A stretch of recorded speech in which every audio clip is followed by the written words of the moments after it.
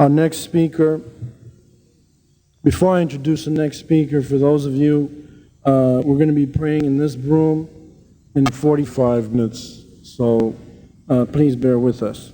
Our next speaker,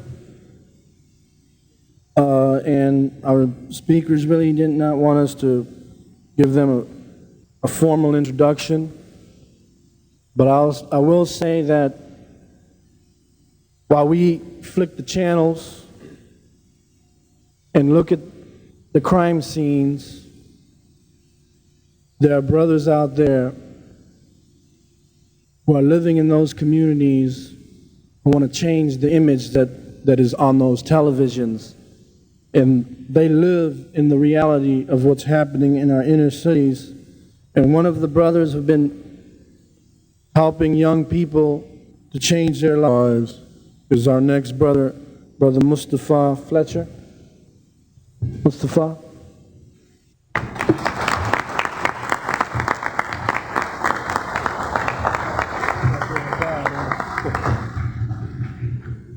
A'udhu billahi minash shaitanir rajim. Bismillah'ir Rahmaan'ir. Kuhu Allahu ahad, Allahu samad, lam yulid wa lam yulad, wa lam yakul lahu kufuwan ahad.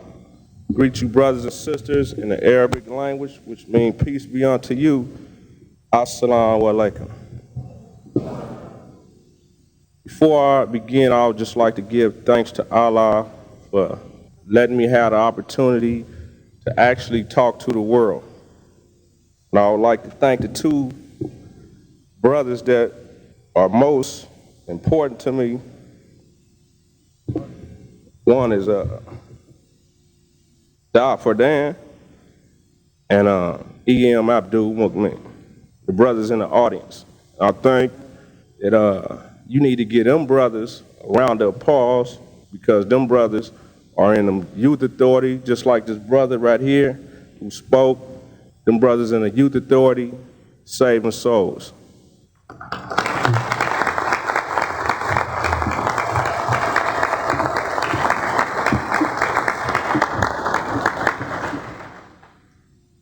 The topic in which I'm going to speak on today is lost souls versus saving souls. What is it to gain the world but lose your soul? You hear this all the time, but this is the disease of the world. Allah subhanahu wa ta'ala says He is the ruler of all worlds, not just this world, but all worlds. He instructs the Muslims to want for yourself what you want for your brother. You cannot say Assalamu alaikum and continue to allow souls of Muslims to be lost to this dunya. Islam is the straight path to stopping suffering, murder, prostitution, and suffering and disease. When you go to any low-income area in the world, you see the same thing. Death day and night by the hands of your brothers, your sisters, and in most cases, and in some cases, even fathers and mothers.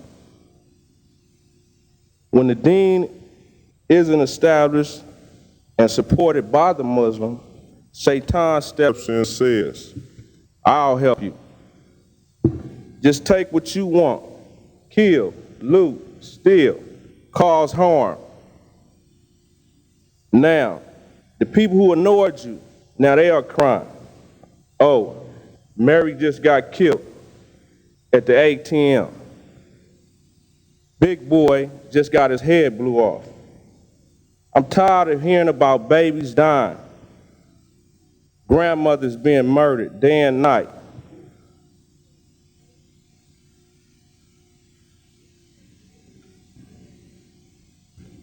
But this is not just a problem in South Central.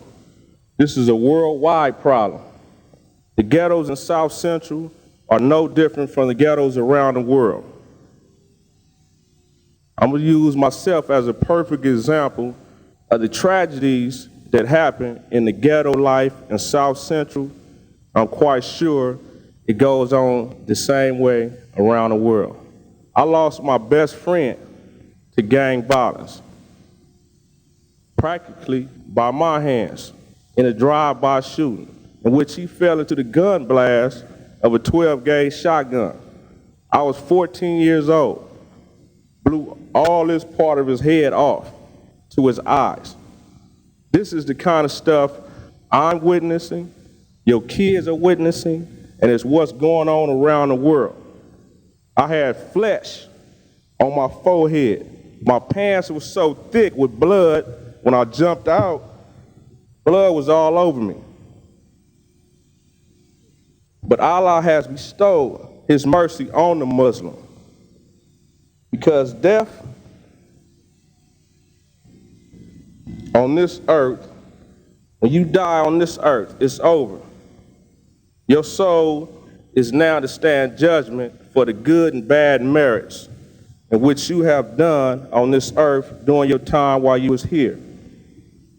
So from the heart, I stand with Unity One, Bloods and Crips, with only my heart, Islam as my guide, my path, and my goal, and my sword. If you bear witness that there is no God but Allah, and Prophet Muhammad, peace and blessing be upon him, is the last messenger, I'll give my life for you, the Muslims around the world. Because what is it to gain the world but lose your soul? So in closing, if Allah subhanahu wa ta'ala was to ask you, the Muslims of the world, have you been looking out after your brothers and sisters? The ones that's in the low-income areas, the ghettos of the world? What have you done to come down and help your brother? That's a duty of the Muslim, is to look out for his brother.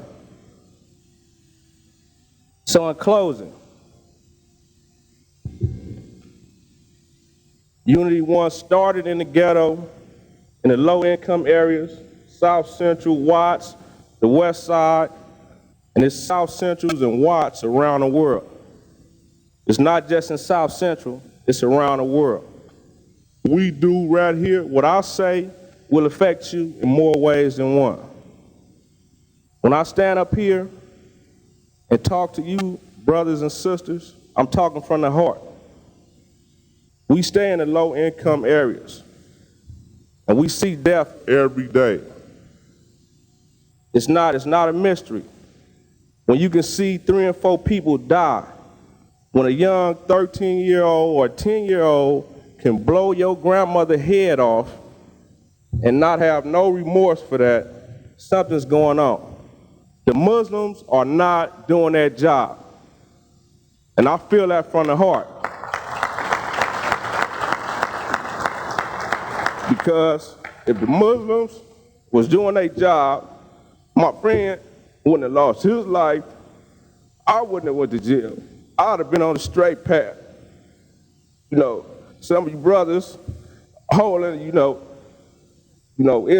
man, is the only way for some of us. I might be tear feeling back because it's coming from the heart. The only way I was able to see straight is through Islam.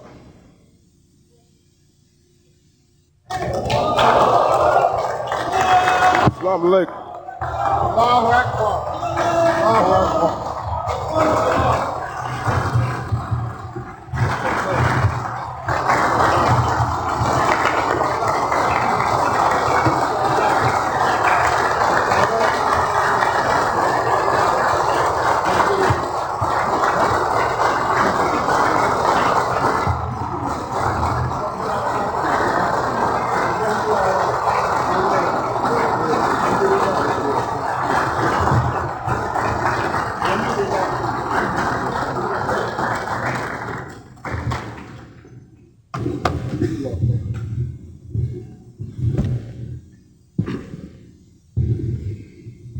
In the Quran it says, when the child is raised,